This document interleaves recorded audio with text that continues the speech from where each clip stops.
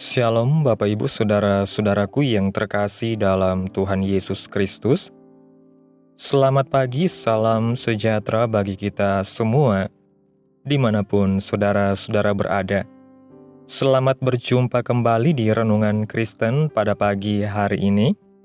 Kiranya saudara semua dalam keadaan sehat selalu, dan semoga damai dan sukacita oleh Roh Kudus melimpah dalam hati dan kehidupan saudara semua. Sebelum kita mendengarkan renungan firman Tuhan pada pagi hari ini, mari terlebih dahulu kita berdoa. Terima kasih Bapa yang baik, Engkau Allah yang mulia dan penuh kasih sayang. Bapa di dalam kerajaan sorga, Bapa yang kami panggil, di dalam nama Tuhan Yesus Kristus. Kami mengucap syukur Tuhan, oleh karena anugerah-Mu di sepanjang kehidupan kami. Hingga pada hari ini, kami boleh ada sebagaimana kami ada.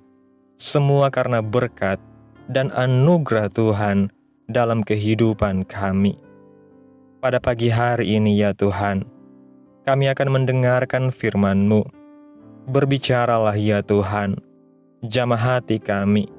Berikan kami pengertian untuk dapat memahami firman-Mu, dan ajar kami untuk dapat melakukan firman-Mu di sepanjang kehidupan kami.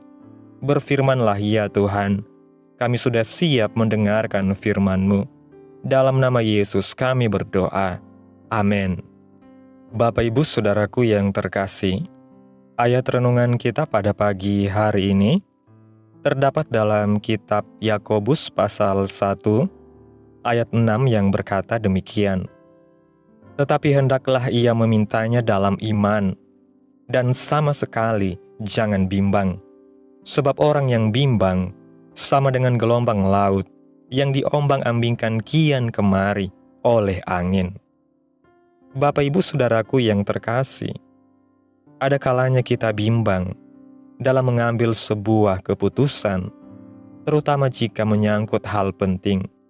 Misalnya, kita ragu, haruskah berhenti kerja dan memulai usaha sendiri untuk melanjutkan atau menyudahi hubungan asmara dengan seseorang, untuk mengasihi orang yang sepertinya tidak layak dikasihi, atau apakah rencana kita yang sudah diiringi doa dan kerja keras akan membuahkan hasil. Di sebagian besar kasus, penyebab utama kebimbangan adalah karena kita tidak percaya. Kita tidak yakin keputusan yang diambil akan memberi keuntungan, menyelesaikan masalah, menciptakan perubahan positif, atau baik bagi masa depan kita. Apakah saat ini saudara sedang bimbang menjalani kehidupan sebagai orang percaya? Apa yang harus dilakukan untuk mengatasinya?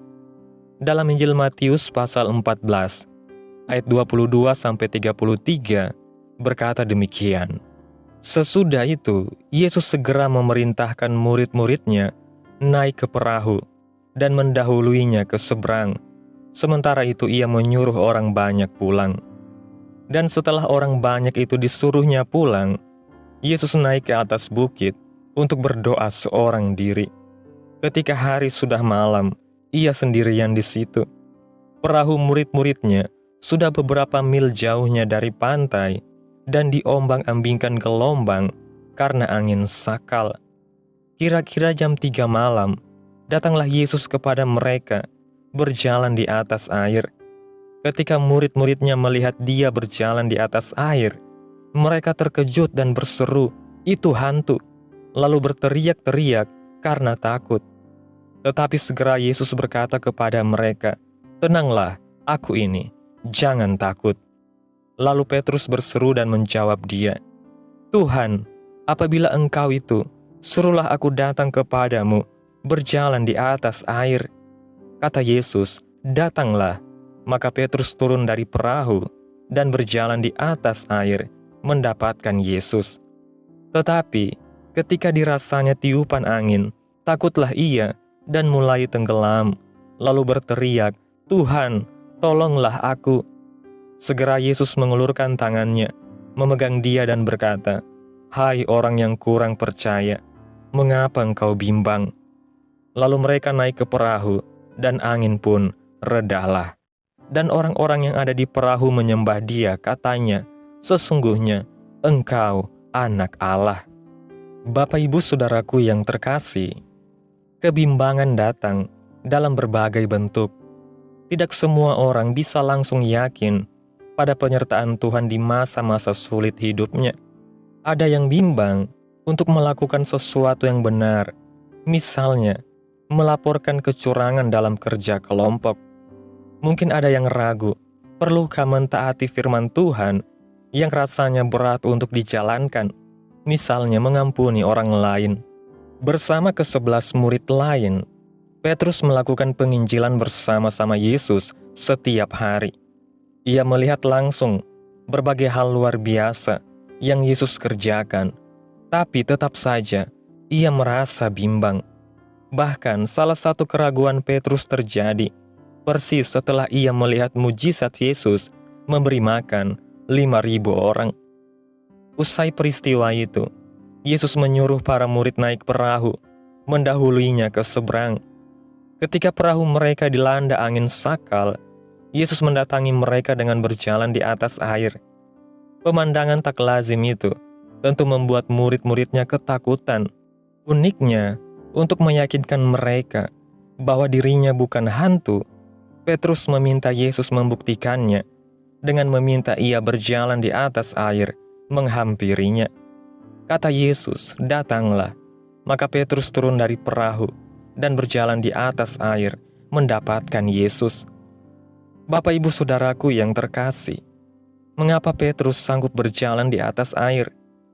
Dia dapat melakukannya karena ia percaya kepada Yesus dan berfokus kepadanya. Tetapi ketika dirasanya tiupan angin, takutlah ia dan mulai tenggelam, lalu berteriak, "Tuhan, tolonglah aku." Petrus mulai tenggelam saat hatinya bimbang. Tiupan angin seolah menyadarkannya bahwa tidak mungkin manusia bisa berjalan di atas air. Padahal Petrus sudah membuktikan kalau itu mungkin terjadi saat ia percaya sepenuhnya kepada Yesus. Dalam ayatnya yang ke-31 mengatakan, segera Yesus mengulurkan tangannya, memegang dia dan berkata, "Hai orang yang kurang percaya, mengapa engkau bimbang?" Seringkali kita gagal melakukan hal-hal tertentu, bukan karena tidak mampu, tapi karena kita bimbang. Kita tidak percaya pada penyertaan Tuhan, meskipun sudah berkali-kali Dia membuktikan kasih-Nya kepada kita. Dalam Injil Matius pasal 21, ayat 18-22, Yesus mengatakan gunung bisa kita pindahkan saat kita percaya. Dalam perjalanan kembali ke Betania, bersama murid-muridnya, Yesus melihat sebatang pohon ara yang tidak berbuah. Yesus lalu berkata bahwa pohon itu takkan berbuah lagi selama-lamanya. Dan seketika, pohon itu menjadi kering. Melihatnya, para murid pun tercengang dan bertanya-tanya, bagaimana itu bisa terjadi? Yesus menjawab mereka, "Aku berkata kepadamu, sesungguhnya, jika kamu percaya dan tidak bimbang, kamu bukan saja akan dapat berbuat apa yang kuperbuat dengan pohon ara itu, tetapi juga, jikalau kamu berkata kepada gunung ini beranjaklah dan tercampaklah ke dalam laut, hal itu akan terjadi." Melalui peristiwa ini, Yesus menunjukkan bahwa jika kita percaya dan tidak bimbang, kita pasti bisa melakukan berbagai perkara yang besar. Lihatlah berbagai penemuan yang memudahkan hidup kita sekarang. Pesawat terbang, telepon, internet, kapal selam, hal-hal yang tadinya dianggap mustahil oleh manusia, kini ada. Mengapa para penemu berhasil membuatnya? Karena mereka yakin dan percaya. Mereka tetap optimis, meskipun banyak orang mengejek rancangan mereka, meragukan, bahkan mungkin mengatai mereka gila. Kalau para penemu itu bisa mewujudkan hal-hal besar, mengapa kita sebagai murid Yesus malah pesimis, takut, dan akhirnya tidak menghasilkan apa-apa. Petrus, Lukas, Yohanes, Matius, Paulus, dan rasul-rasul lainnya pun sama seperti kita. Mereka mengalami pergumulan hidup yang tidak mudah selama melayani Yesus dan menginjil ke berbagai tempat. Namun, karena yakin dan percaya, mereka bisa mengerjakan apa yang Yesus kerjakan, melakukan mujizat yang Yesus lakukan, dan dengan itu memuliakan nama Tuhan. Tidak ada yang mustahil bagi orang yang percaya, karena Roh Allah turut bekerja di antara kita.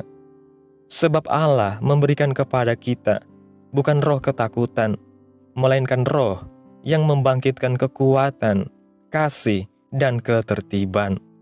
Jangan biarkan rasa bimbang menghalangi kita dalam bertindak dalam kebenaran, baik bagi Allah maupun sesama, dalam pekerjaan sehari-hari ataupun ibadah. Jangan bimbang, tapi percayalah kepada Yesus.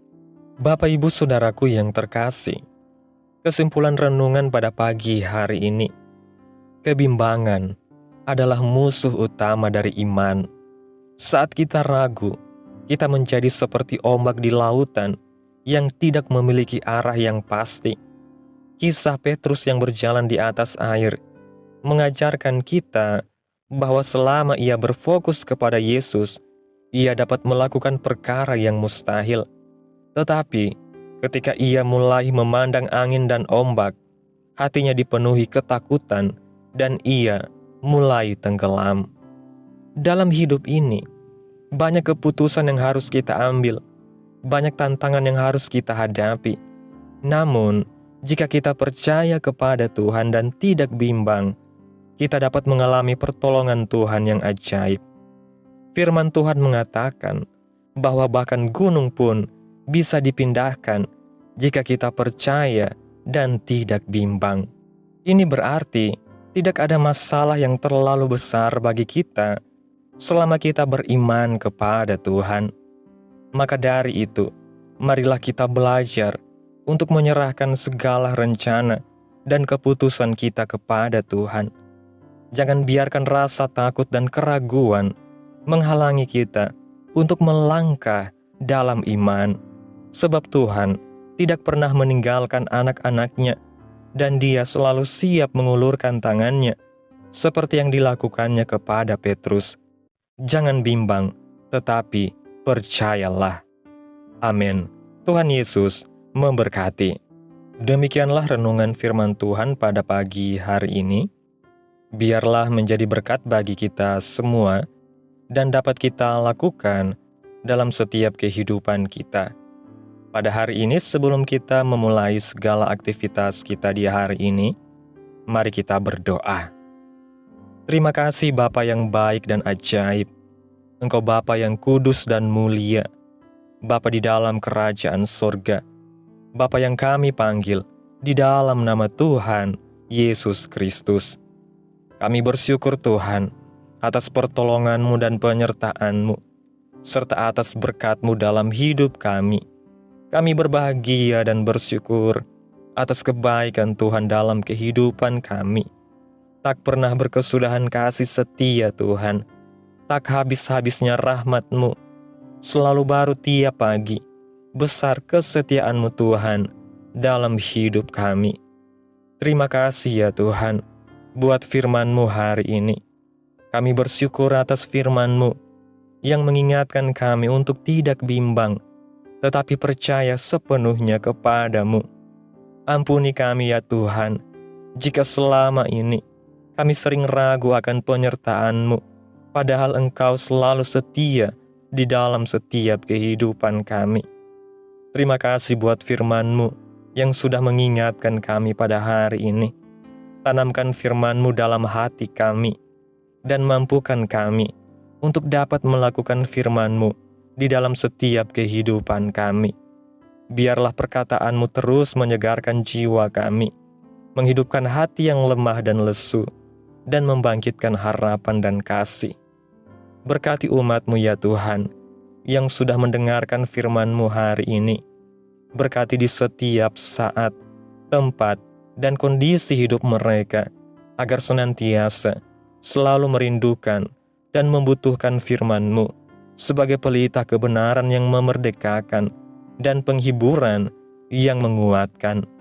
Ajarilah kami bahasa firman-Mu dan bimbinglah kami untuk selalu hidup sesuai kehendak-Mu, agar kami selalu dekat kepadamu. Terima kasih Tuhan Yesus, buat kesempatan hidup yang masih Engkau berikan. Kami mau pakai untuk hormat dan kemuliaan nama-Mu. Segala pergumulan dan persoalan hidup kami serahkan di dalam tangan-Mu. Engkau yang akan menyelesaikannya bagi kami. Kami hanya berharap kepadamu.